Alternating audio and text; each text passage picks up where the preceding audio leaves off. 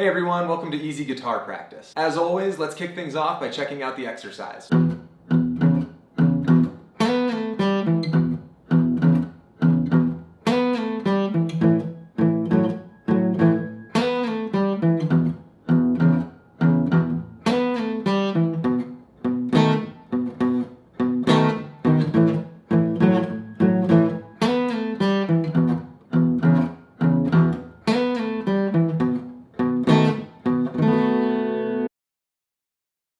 So this exercise is actually doing a lot to get you warmed up. You can start by framing this as a relatively engaging 8-bar blues, but it's how you approach it that makes it a killer warm-up. Recognize that when a pattern like this is played at a pace that promotes focus and you hold yourself to a high standard of execution, you'll A, get in a great rhythm to start your session, and B, you'll be dialing in strumming, slides, rhythm and timing, scale knowledge, and lead lick ideas. And it's up to you to make sure you're tuning into those aspects of the groove. As always, take your time, make sure you're playing at a tempo where you can really nail every aspect of the drill. And then really just take 5 to 10 minutes to cycle through this and move on to the rest of your session. We'll see you next time.